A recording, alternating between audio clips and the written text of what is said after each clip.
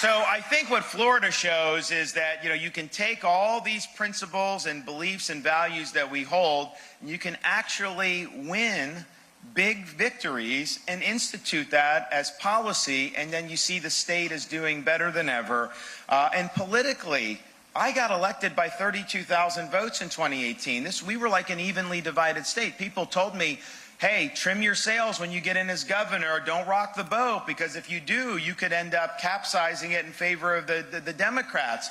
Of course, I rejected that advice. I said, I'm going to lead boldly, and that's what we did. But fast forward 4 years after that, we didn't win by 32,000 votes. We won by over 1.5 million votes. That was the largest Republican landslide in Florida history in a governor's race. We won independents by 18 points. We won Hispanics with over 60%. We even had, obviously we do very well in rural, and we did very well in suburban, but even in urban areas like Miami-Dade County, 2.8 million people, our largest county by far. Hillary Clinton had won that county by 30%. In 2016, we not only won it, we won it by double digits in Miami-Dade County. That's winning. And here's the thing, these elections are team efforts. It's not just about you. You have a responsibility to help the people up and down the ballot, and that's exactly what we did in Florida. We now have super majorities in our Florida legislature. We helped elect 4 additional Republicans to the U.S. Congress, and we probably wouldn't have the majority if not for that.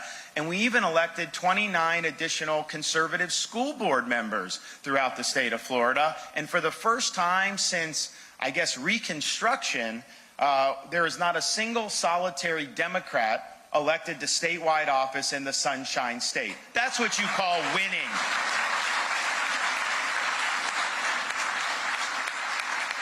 Florida also shows that when we say something, we mean it.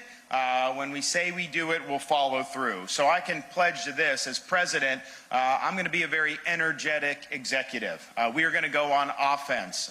We are going to start from day one, and we are never going to look back. We are going to reverse Biden's disastrous economic policies that are making it more difficult for people to make ends meet.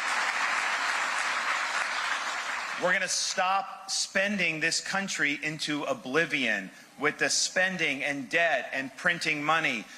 This debt deal that they're talking about, we were going bankrupt before that debt deal, and we are still going bankrupt after that debt deal. They're giving Biden $4 trillion in additional debt through the end of his presidency. They're also keeping these inflated levels of spending, and even the 87,000 IRS agents, they're getting rid of like 2% of those, which is totally inadequate. In Florida, we run budget surpluses.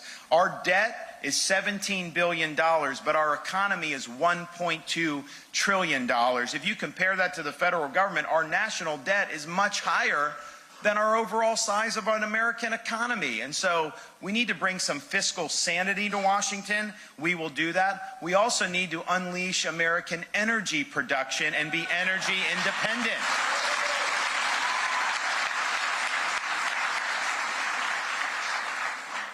We also have to focus the economy on small businesses, not these big, massive corporations. During COVID, the biggest businesses got bigger, and they did better. Amazon, all these things. Meanwhile, if you were in California or Illinois, New York, you were a small business, a lot of them got put out of business by that. And so we have to have a small business-focused economy. We have to have an economy where hard work pays off. Because it seems like under Biden, people that do the right thing end up having to pay the bill for what the ruling class is doing.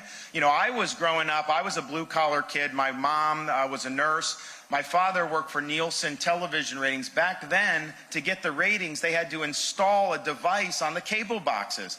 And so that's what they did. His father was a steel worker in Western Pennsylvania. So I was blue-collar, told you're not entitled to anything. You've got to earn it. And you've got to earn your way in this world. So I worked minimum wage jobs as a teenager all the way through school for years and years to help put myself in a position to be able to succeed. And the only reason I did that was because I believed in America, if you work hard, if you make the most of your God-given talents, you're going to be able to do well. You're going to be able to do good things. And we're losing that in this country, and we need to get that back.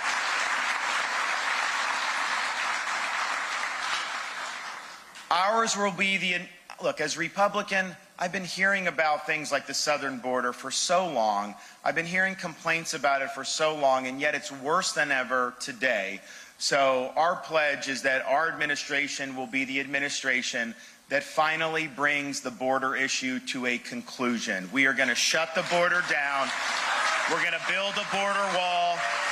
We're going to stop mass migration, and we are going to hold the Mexican drug cartels accountable for the carnage that they have unleashed on this country, and we won't stop until we do that. We will also usher in a reckoning for the federal government's disastrous COVID-19 policies.